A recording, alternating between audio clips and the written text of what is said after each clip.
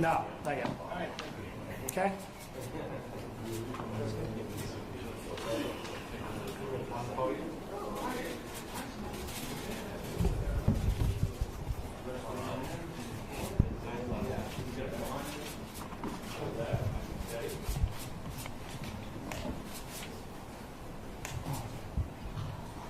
One minute.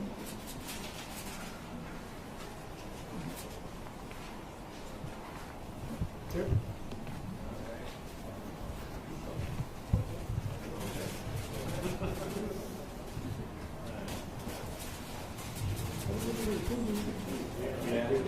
Come on.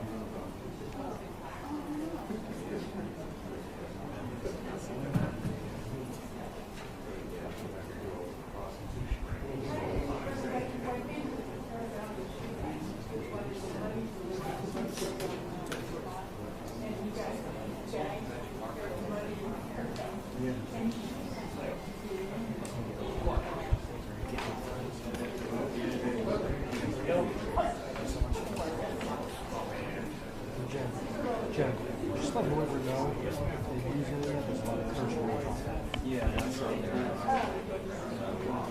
I'm here.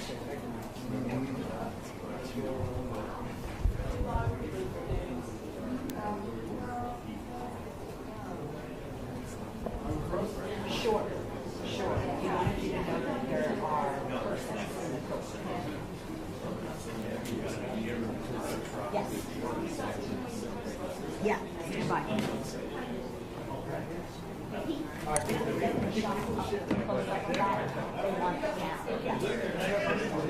I know, they know, I told them.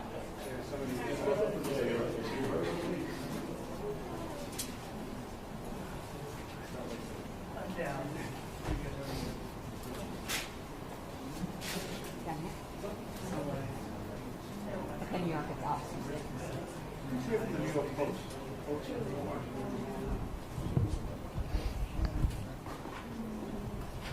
Hey, Jen. Hello? Yeah.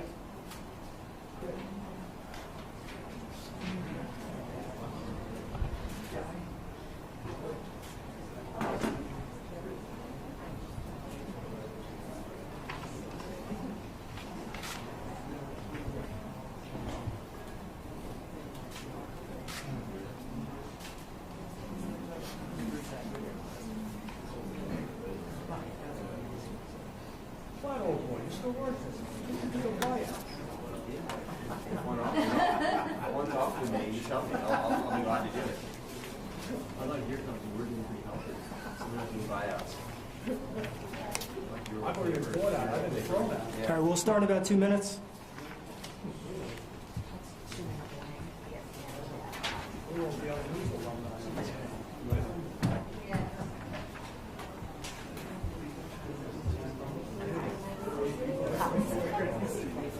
Hey, Pete, you can wind down now to the podium.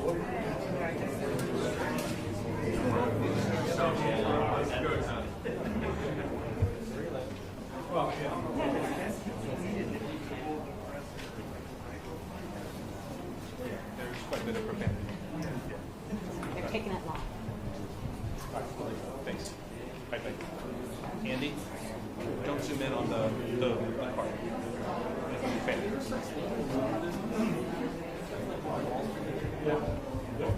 Yes, and we're getting a new aware, I guess.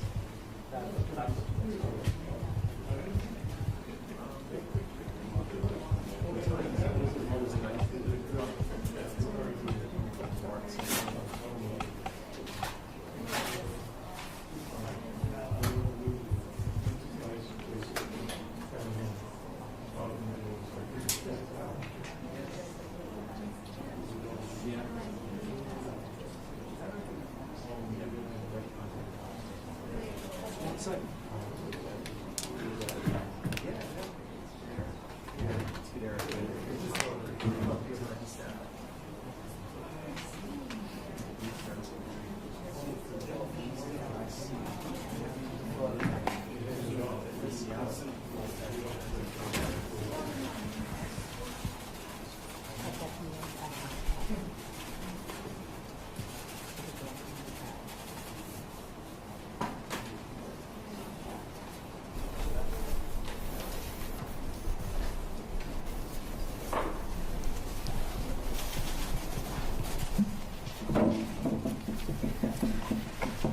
Good afternoon. I'm Jeff Berman, the United States Attorney for the Southern District of New York. Today, we announce criminal extortion charges against Michael Avenatti. The charges are based on Avenatti's scheme to extract more than $20 million in payments from a public company by threatening to use his ability to garner publicity to inflict financial and reputational harm on the company. Avenatti's conduct had nothing to do with zealous advocacy for a client or any other kind of legitimate legal work. Instead, Avenatti used illegal and extortionate threats for the purpose of obtaining millions of dollars in payments for himself. Avenatti repeatedly pressured the company to agree to pay or risk having Avenatti hold a press conference that he claimed would dramatically drive down the stock price of the company and its market value. As Avenatti threatened in one recorded meeting, if the company did not meet his demands, the company might die, but if not, it was, quote, going to be inflicted with cut after cut after cut after cut. As alleged, the entire scheme played out in less than a week. Avenatti first met with representatives of the company last Tuesday, March 19, in Manhattan. At that meeting, Avenatti said he represented a client who coached an amateur high school basketball team sponsored by the company, which is Nike. The team had recently lost that contract worth $72,000 a year, and Avenatti claimed the coach had information about potential misconduct by employees at Nike. The allegations of misconduct were similar in kind to those that formed the core of a prior criminal prosecution brought by our office, that payments were made to families of high school basketball players. In that meeting, and in subsequent conversations that were recorded as part of our investigation, Avenatti threatened to hold a press conference at which he would make these allegations public if the company did not agree to his financial demands. Avenatti promised to forego the press conference and allow the company to avoid financial harm if the company agreed to pay his client $1.5 million and for Avenatti himself to retain Avenatti and another co-conspirator to conduct a multi-million-dollar internal investigation, that the company did not request. Avenatti made clear that he was approaching the company at a time intended to maximize the potential financial damage of such a press conference, namely on the eve of the annual NCAA tournament and the company's quarterly earnings call. As Avenatti threatened on one call recorded during the investigation, if the company did not accede to his financial demands, and in his words, quote, "I'll go take $10 billion off your client's market cap." In a recorded meeting the next day with representatives of the company, Avenatti made clear that he expected to be paid up to $25 million, with $12 million to be paid up front and deemed earned when paid. And when asked by a lawyer for the company why the company would agree to such an arrangement, Avenatti responded in substance that he had the company in a very vulnerable position where he could wipe out $5 to $6 billion of its market capital. When the company's lawyers resisted paying Avenatti to conduct an internal investigation, Avenatti told the company it could skip paying for an internal investigation if instead it simply paid him $22.5 million. Then Avenatti said he would, quote, "ride off into the sunset." Pressure and a sense of urgency were used in delivering these threats. As you can see from the timeline, this all happened in a period of 3 days. On day one, March 19th, a Tuesday, this was the first meeting between Avenatti, representatives from Nike, and the co-conspirator. At this meeting, Avenatti, for the first time, made his extortionate demands and threats. Following that meeting, representatives from Nike called prosecutors at my office and informed our office of the extortionate demands and threats made by Avenatti. Going forward, all interactions between Nike representatives and Avenatti were recorded and overseen by the FBI and my office. On day two, Wednesday, March 20th, there was a recorded phone call with Avenatti, the co-conspirator, and representatives from Nike, where Avenatti again made his threats and demands. And on day three, there was a meeting which was recorded on Thursday, March 21st, last Thursday, in which Avenatti repeated his demands and threats. And as you can see, he graphically described his hold on the company. At the end of this meeting, on Thursday, they agreed that there would be one final meeting the coming Monday, which is today. And at that meeting, Nike would either accede to Avenatti's demands or suffer the consequences. After that meeting, about 2 hours after that meeting, Avenatti decided to turn up the heat on Nike. He issued a tweet, and it said, "Something tells me that we have not reached the end of this scandal." And by scandal, he's talking about the college basketball corruption prosecutions brought by the Southern District of New York.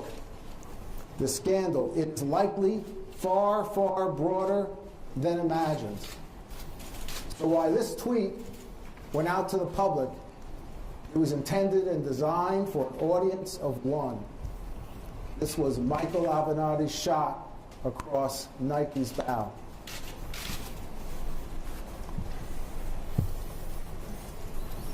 Through the alleged course of conduct, Avenatti used legal terms like claims and settlements and retainers, but these were mere devices to provide cover for Avenatti's extortionate demands for a massive payday for himself. By engaging in the conduct alleged in the complaint, Avenatti was not acting as an attorney. A suit and tie doesn't mask the fact that, at its core, this was an old-fashioned shakedown. The charges announced today reflect the hard work not only of this office, but our law enforcement partners at the Federal Bureau of Investigation. To my left is my good friend, Bill Sweeney, the Assistant Director in charge of the FBI's New York Field Office. I want to thank him and his team for their professionalism in seeing this investigation through. I want to acknowledge and thank the career prosecutors and agents of my office for their role in the investigation and prosecution of this case. To my right is Matt Podolsky, Robert Boone, Rob Sobelman, and their supervisor in the Public Corruption Unit, Edward Discamp. The talent and professionalism of these dedicated public servants is really extraordinary.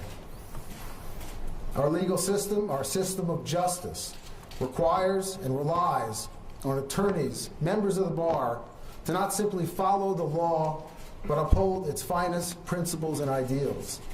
But when lawyers use their law licenses as weapons, as a guise to extort payments for themselves, they are no longer acting as attorneys, they are acting as criminals, and they will be held responsible for their conduct.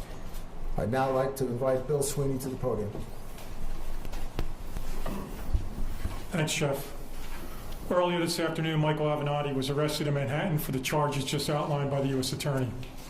This is nothing more than a straightforward case of extortion, and as a result, Mr. Avenatti was placed into custody and brought to the FBI offices at 26 Federal Plaza for arrest processing.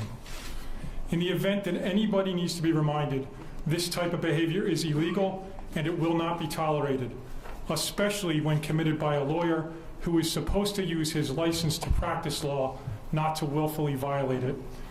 Thank you to the FBI personnel, George, Matt, and the rest of your team that's still out in the street, who conducted the investigation discreetly, professionally, and quickly. And thank you, Jeff, to your team who stands to my right. I thank you for your dedication and professionalism. Thank you. We'll take your questions. Yes. What is your understanding of the difference between illegal extortion and legal settlement negotiation? Extortion is when you threaten to do something for a thing of value and you don't have a right, a plausible right to that thing of value. So here, Avenatti was not extorting in terms of seeking money for a client. He was seeking money for himself. Jeff, have you had an opportunity to assess whatever Michael Avenatti was bringing to Nike and his allegations as to whether or not that's true, particularly in light of your office's prosecution of the basketball scandal? Our investigation is continuing. Are there any plans to charge or further investigate CC1 as named like the other lawyer? Our investigation is continuing. Could you tell us when and where Avenatti was arrested? Because he said he was going to have a presser tomorrow. London. Avenatti was arrested at the location where the Monday meeting was supposed to occur, And when, what, do you know when? Sorry. a few hours ago. Yes, Did his tweet this morning hasten his arrest in any way? no comment. Is there anything you can say about the allegations of misconduct against Nike employees, whether you believe those are founded in any way? Our investigation is continuing. Can you say anything about the case in California and how that plays into these charges? The cases are entirely separate.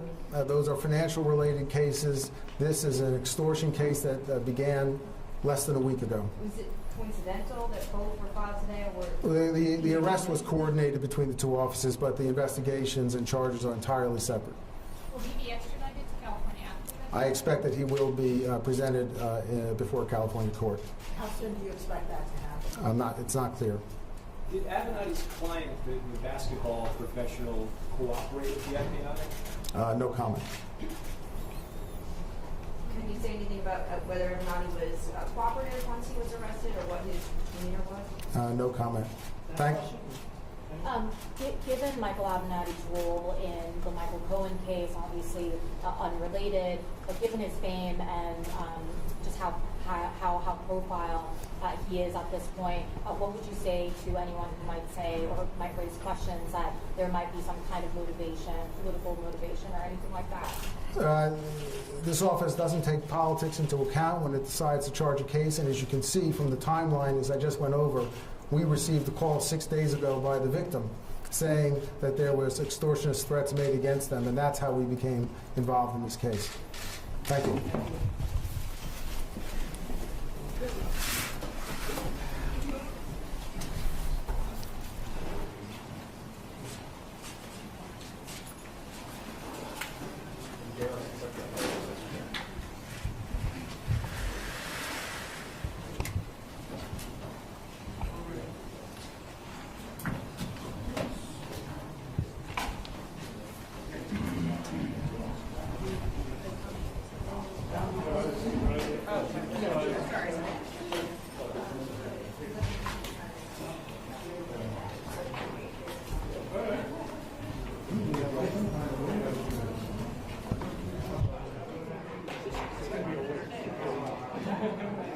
There's so much people. Yeah. I want to sit in my car.